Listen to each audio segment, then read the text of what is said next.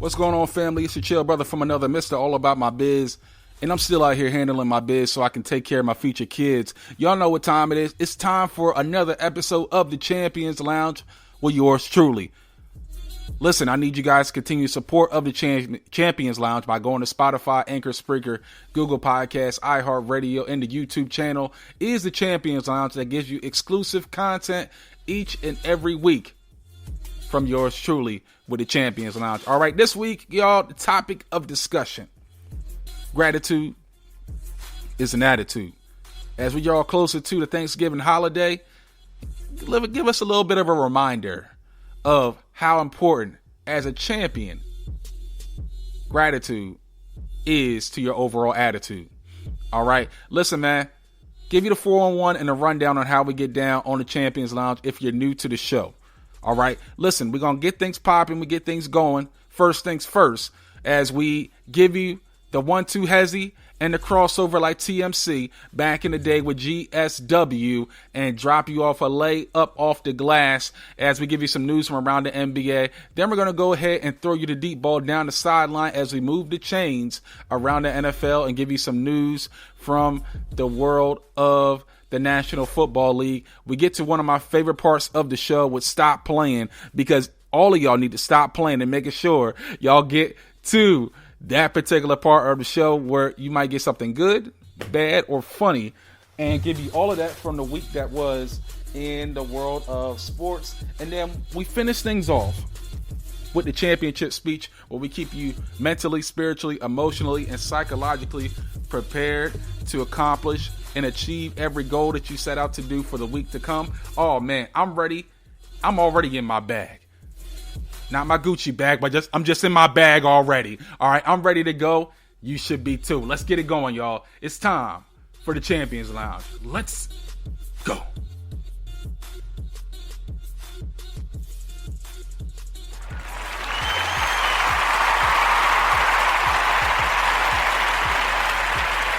My good people, what's going on with you?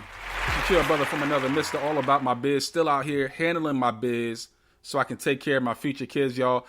Man, it's been a little bit. Had a little technical difficulties the last couple of days with the Champions Lounge, but all is well. All is well. It's a little setback for a good comeback, if you will, in regards to, the show and things of that nature. Listen, y'all. Continue to support the Champions Lounge by going to Spotify, Anchor, Spreaker, Google Podcasts, iHeartRadio, and the YouTube channel, which is the Champions Lounge, where we'll have exclusive content each and every week. Also, follow us on IG as well with _champions_lounge, where we'll have, again, more content and just trying to build up our social media presence as well. Because, listen, the Champions Lounge, we're going to give you that barbershop talk. We're going to make sure you leave with that champion's walk, all right? Listen, man, enough of the fluff, y'all. Let's get right into the stuff. Let's get right into the opening tip.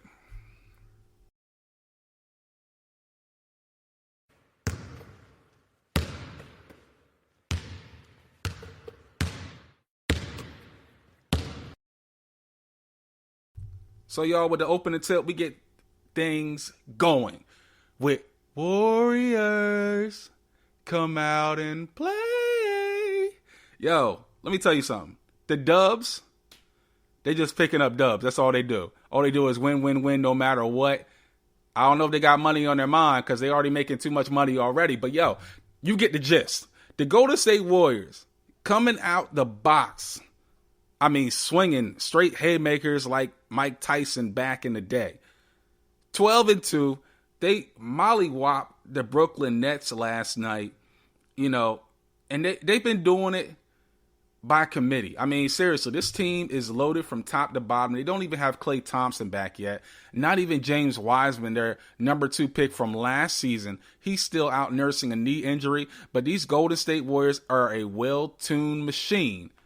Thanks in part, of course, to probably the greatest shooter to ever lace up a pair of tennis shoes or sneakers or basketball shoes, whatever you want to call it, whatever your era of shoes was.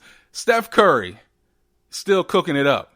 Still exquisite cuisine on his menu in regards to how he gets to his spots, makes people look crazy, and continues to show that, yo, he ain't tired. It's still not done. He ain't done.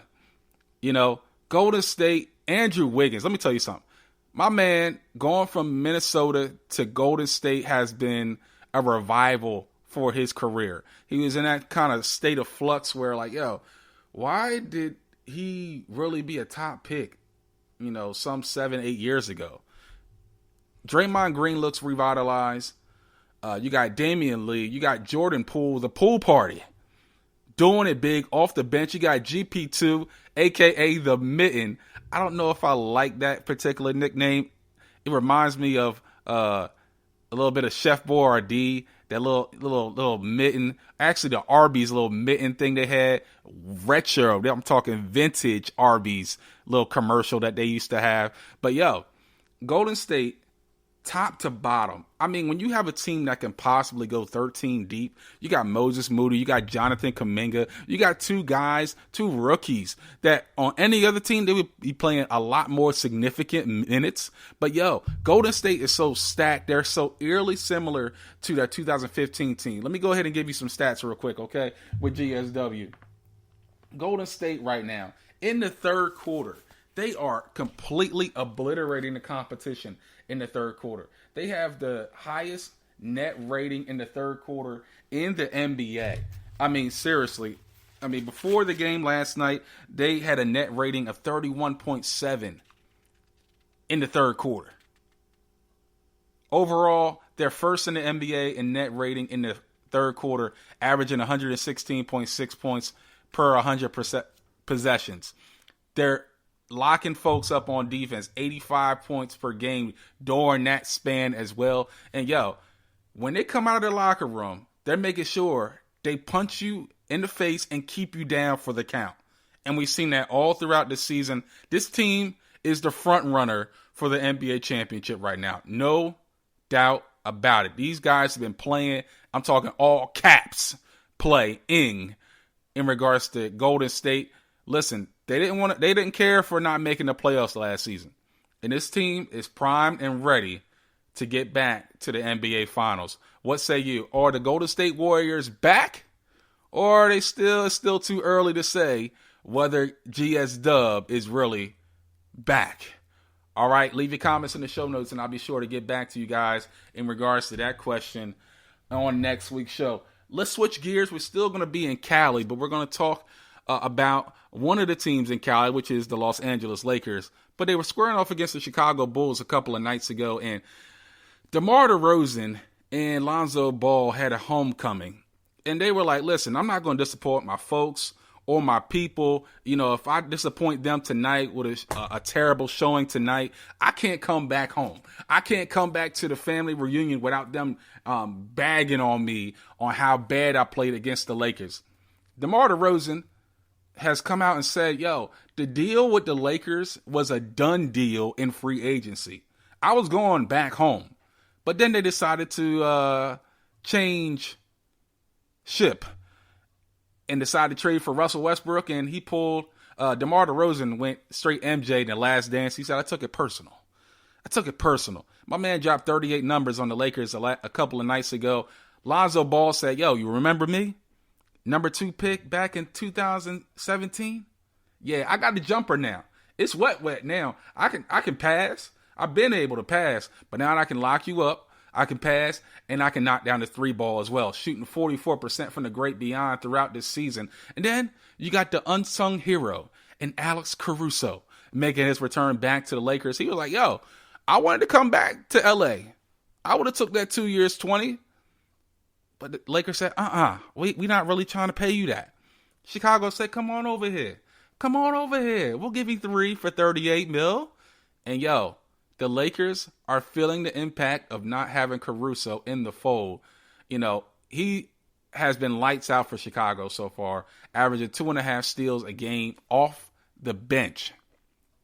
Him and Gary Payton II, who I really didn't highlight with Golden State, who has been playing tremendous basketball for the Warriors. They both lead the league in steals per game off the bench at 2.5.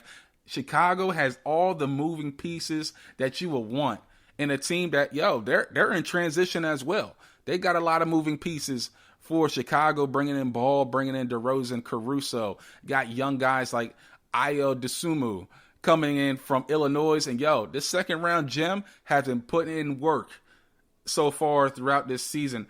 Kind of a question mark, but more and more games that he's been playing without Kobe White in the lineup, now returning back to Chicago in the lineup a couple of nights ago. Chicago, perennial contender in the Eastern Conference right now, and they could possibly make their way back to the Eastern Conference Finals with how they've been playing.